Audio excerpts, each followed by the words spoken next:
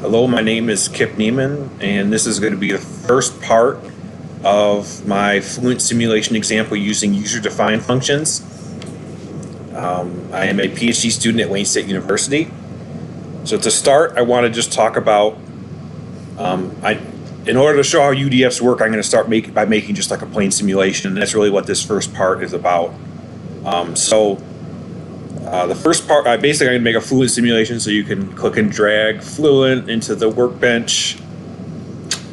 And then I got to check every step because I have it all on these slides. I'm going to open up Design Modeler.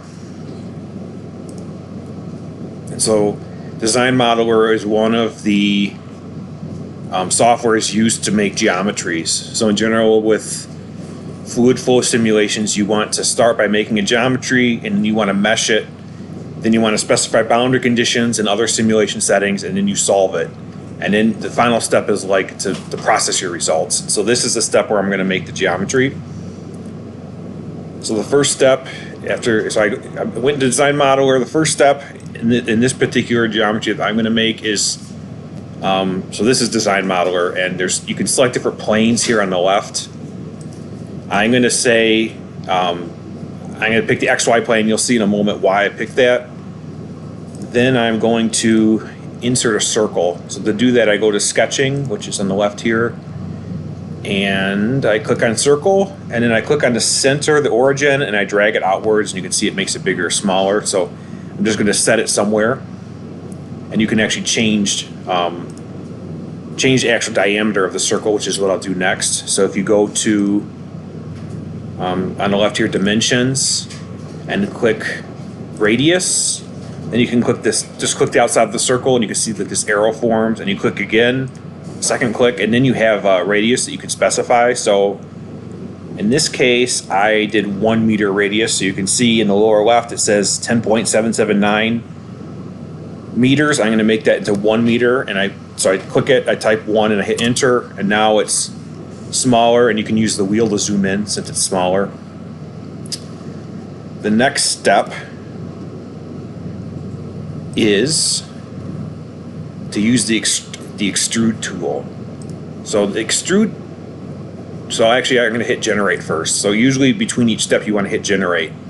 So it just kind of like completes a step. Then to do extrude, there's this button along the top here. It says extrude. You click extrude, then you click your circle and hit apply. And so the only thing to specify here next is how long you want the geometry to be. In this case, I'm making a tube, and I want it to have a length of what? I think I specified in this slide. 4 meters. So we're going to make it 4 meters. You can see it's longer. You can rotate if you click and hold the middle mouse button like I'm doing. Hit generate, and you can see now you have a tube. So now the next step is to name all the faces. So what I'm going to do is I'm going to make the face that's on the XY plane, that's going to be inlet. I'm going to make this other end the outlet, and I'm going to call the rest of this, the outer part of the pipe, I'll call it the wall. So in order to make name selections is what they're called. You do is you could, at the top here, there's these buttons at the top. So there's 4 of them here. The one I want is the one that lets you select surfaces. So you can see there's also one, the surface one lets you select different surfaces. There's also one that lets you select the bodies as a whole. There's ones that this lets you select like edges, which so it's like the lines of the circle. And then there's no points in this geometry, but this last one is for points. And so we want, because we're naming faces, we want to click the face selection tool. And if you left click on the face you want to name, and then right click and go to name selection. And then so it's already selected in this case. I'll hit apply. And I guess maybe I should have changed the name first, but you can rename it here. I'll call this inlet. And I'll rotate the geometry and do the same thing and select this, right click,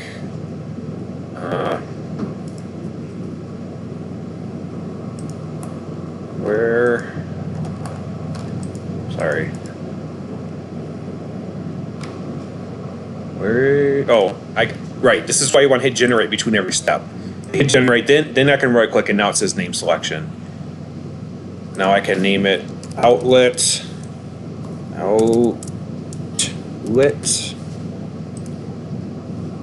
and hit generate, and then the last is just the outer surface of the pipe. I'll name selection. I'll just call this wall, and hit generate. So now that we've named all the different parts of our geometry, all the surfaces, because these are where we're going to need to apply boundary conditions to solve our problem. So after this, let's see, I did all the faces. Okay. The last step in this first part of the tutorial, which is about making geometry, is basically you can go back to Workbench and click Save As. And I am going to save this simulation. In this case, let's see, I have it here. So I'm going to save it. What I would usually do is create a new folder. I already created this folder called Recorded Example, and then in that folder you can put the simulation, example simulation,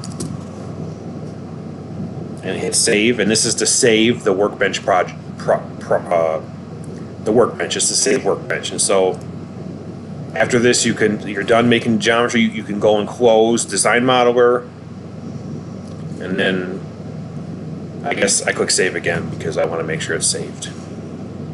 So this ends the first part of my tutorial. Thank you.